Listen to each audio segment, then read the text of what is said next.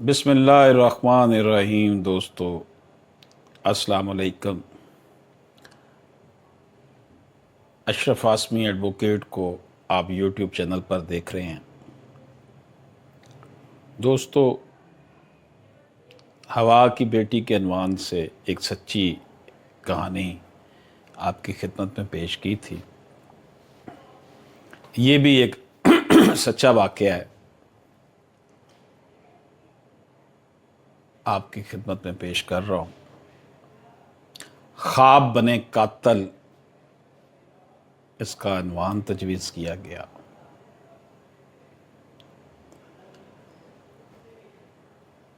वो अपनी पहली ही मुलाकात में मोहब्बत के नाम पर ख़ुद को बर्बाद कर बैठी थी। उसकी शर्जील के साथ मुलाकात एक शादी में हुई थी और वो उसे अपने ख्वाबों का शहज़ादा समझकर उसके ख्यालों में ऐसी मगन हुई कि पता ही ना चल सका कि उसकी राहें उसे किस जानब ले गईं। वो अपने माँ बाप की इकलौती बेटी और 2 भाइयों की लाडली बहन थी। जब उसने उसे फ़ोन किया कि तुम लाहौर आ जाओ, उसने अपनी माँ को राज़ी किया और लाहौर आकर एक फैक्ट्री में मुलाजमत करने लगी।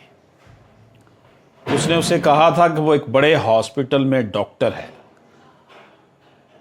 वो उसकी चाहत में बुरी तरह पागल हो चुकी थी। उसने शर्जील के कहने पर उससे निकाह कर लिया, घर वालों को पता ना चलने दिया और अक्सर अपने हॉस्टल की बजाय उसके साथ उसके फ्लैट में रहती।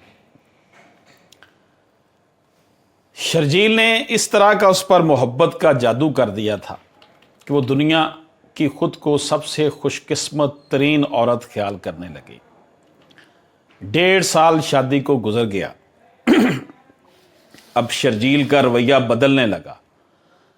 जहां रोज़ाना वो अमतल को लेने हॉस्टल पहुंच जाता था, वह अब 1 हफ्ते बाद आता, कहता कि वो मसरूफ़ है। एक दिन अमतल को एक कॉल मसूल हुई। फ़ोन करने वाले ने बस इतना कहा कि मैं एक हमदर्द इंसान हूँ। शर्जील जो तुम्हारा शोहर है बहुत बड़ा धोखेबाज है, लड़कियों की ज़िंदगियां बर्बाद करता है। ये डॉक्टर नहीं बल्कि किसी फार्मास्यूटिकल कंपनी के मार्केटिंग के शोबे से वाबस्ता है और ये अब तक इस तरह की कई शादियां रचा चुका है। अमतल को ये सब कुछ डरावने ख्वाब की मानद लगा।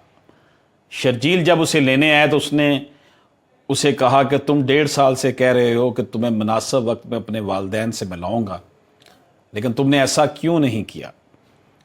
शर्जील ने इधर उधर की बातें करना शुरू कर दी। अमतल समझ गई कि शर्जील ने मोहब्बत के जाल में फंसाकर उसे कहीं का नहीं छोड़ा। आहिस्ता आहिस्ता शर्जील ने अमतल के हॉस्टल आना बहुत कम कर दिया। जब भी अमतल ने अपने लिए औलाद की ख्वाहिश का इजहार किया तो शर्जील टाल जाता, अभी वक्त नहीं आया, थोड़ा सा सब्र कर लो। एक दिन अमतल ने उसे फ़ोन किया और कहा कि वो इसे तलाक दे दे, लेकिन शर्जील बात गोल कर गया और रवायती चिकनी चपड़ी बातें करने लगा। लेकिन अमतल अब ख्वाबों की दुनिया से लौट आई थी। उसे एहसास हो चुका था कि किस तरह मोहब्बत के जाल में फांस कर उसे बर्बाद किया गया। मैं अपने चैम्बर में बैठा केस तैयार कर रहा था कि मुझे फ़ोन मसूल हुआ। तारफ़ करवाने वाली ने कहा कि मुझे किसी फलाही अदारे से आपका नंबर मिला है, मैं आपसे मिलना चाहती हूँ। मैंने मुलाकात का वक्त तय किया, लेकिन वो मुलाकात के लिए ना आ सकी। उसका फ़ोन आ गया कि वो 2 दिन बाद आएगी। एक दिन वो बिन बतलाए मेरे ला चैम्बर हाई कोर्ट पहुँच गई।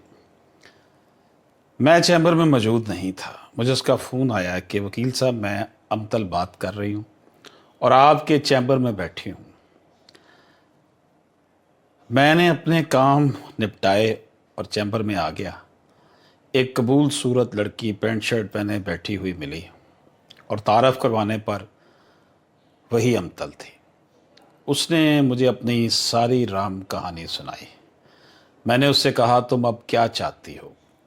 उसने कहा, वकील साहब, मैं उससे जान छुड़ाना चाहती हूँ।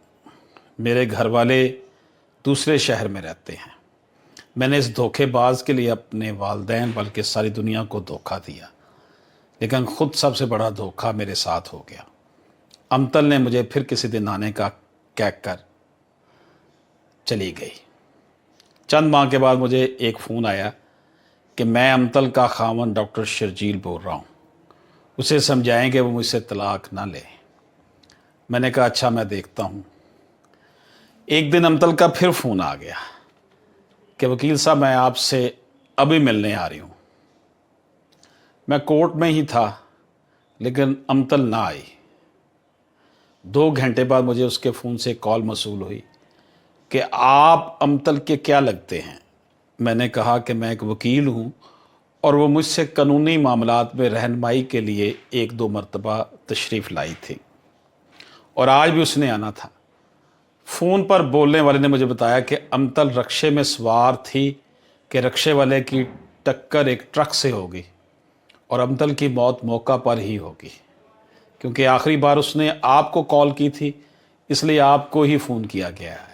ये कहकर फ़ोन बंद हो गया और अमतल मेरे लिए बहुत से सवाल छोड़ गई कि वो लड़कियां जो माँ बाप को धोखा देकर इश्क की खातर दर बदर की ठोकरें खाती हैं, उनकी अकल को न जाने क्या हो गया होता है।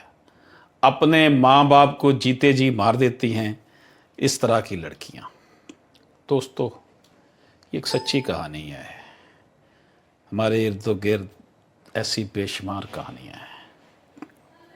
आज भी मुझे सेम इसी तरह का एक टेलीफोन आया हुआ था, उसमें ख़ातून ने इसी तरह की बातें की।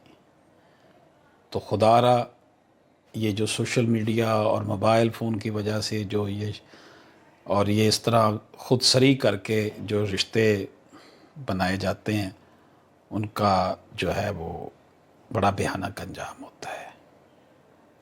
इजाज़त दीजिए। अल्लाह हाफ़िज़।